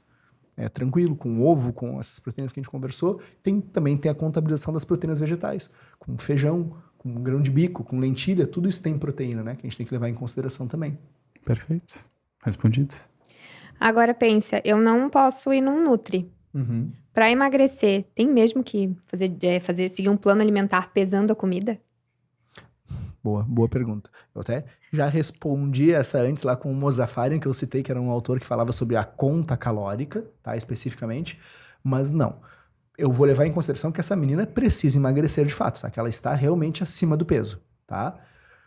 Padrões alimentares saudáveis, eu não sei o que eu estou dizendo, é o Mozafarian. Então, padrões alimentares saudáveis naturalmente colocam as pessoas num peso adequado.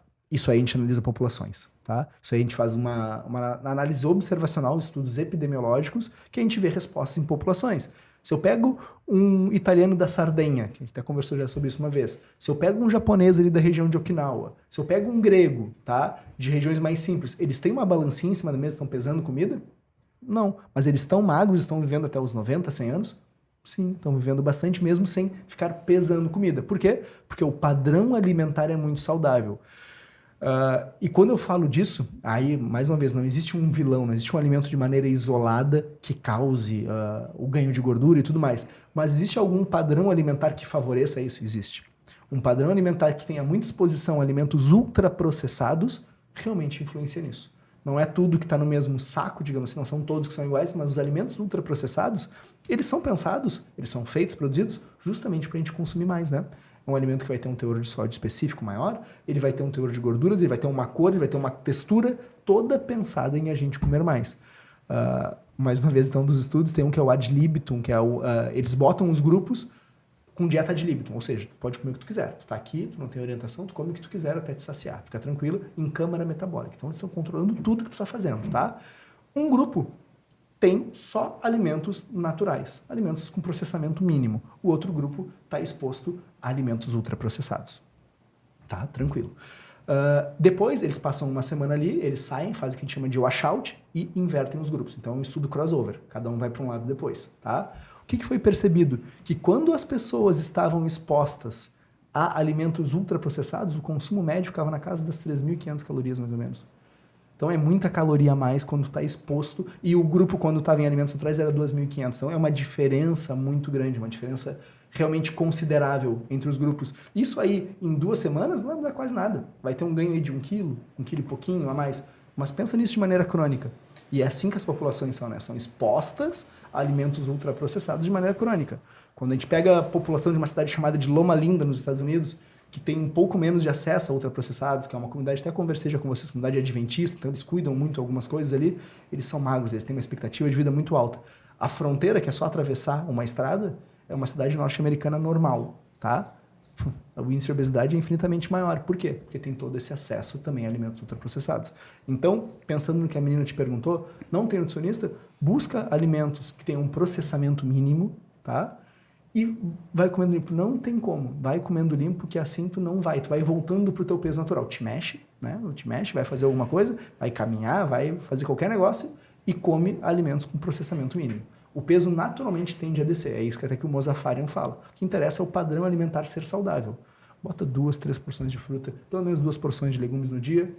Deu. Só complementar isso, trazendo um exemplo. A gente conversou uma vez sobre isso. Eu adoro que a tua amiga Débora Mose, né? Que um dia vai estar aqui no podcast, né? Em junho. Em junho. Então tá. E eu adoro os posts dela, porque ela faz os posts comparativos, né? Então, qual é a diferença de um café da manhã comendo frutas e ovo e um pão, e a diferença comendo um hambúrguer de café da manhã? Enfim, agora peguei um exemplo absurdo. Mas ela fez isso, acho que eram 3 esfirras ou o almoço dela, que dava um caminhão de comida. Exatamente. E pra mim foi muito legal. Um dia a gente conversou sobre isso, a gente falou sobre o exemplo da batata, né? Se puder trazer o exemplo da batata frita, cozida e assada, a diferença calórica disso. Quando eu aprendi sobre isso, eu comecei a ver que, parei, o meu prato gigante de arroz, feijão, frango, um monte de legumes, salada, gigante. Tem muito menos caloria do que um hambúrguer pequenininho. Exatamente. Esse conceito é o conceito de densidade calórica. Então, todos os alimentos, principalmente os ultraprocessados, né, irmão, eles são pensados para quê? Para durar muito, obviamente, para ter uma duração maior, um tempo de prateleira maior, uma validade maior. Tem até aqueles brinquedos, o cara pegou um hambúrguer daquela rede famosa do palhaço e deixou por anos em tal lugar, o hambúrguer estava lá intacto. Porque realmente tem muito mais conservante e ele é pensado para toda a sensação que tu tem ali, tanto mais uma vez pelo balanço de sódio, pelas cores do alimento, pela textura, para tu querer comer cada vez mais. E é delicioso, né? Eu sei bem, eu era viciada nisso, tive que parar de comer, né? Exato, e é isso. E aí tu te acostuma a comer e cada vez tu quer mais, entendeu? Então é muito difícil quebrar essa condição aí, né? E por quê? Porque ele é pensado para isso, pra gente comer mais. Então, realmente, se a gente tiver que pensar em algum grupo alimentar específico, não são os carboidratos, não são as gorduras, não são as proteínas. A gente pensa nos ultraprocessados de maneira geral e a gente vê que, aqui vai fazer com que eu coma mais. São vários mecanismos que fazem com que eu busque mais aquele alimento. Só para exemplificar, 100 gramas de batata cozida versus 100 gramas de batata frita. Não, é absurdo, porque 100 gramas... Aí, esse é o ponto, né? Não preciso nem ir na batata frita, porque parece uma coisa muito esdrúxula assim. Mas, cara, 100 gramas de batata cozida, tá? Que tu me perguntou, são 52 calorias por tabela TACO, tá? Que é a tabela de composição de alimentos brasileira.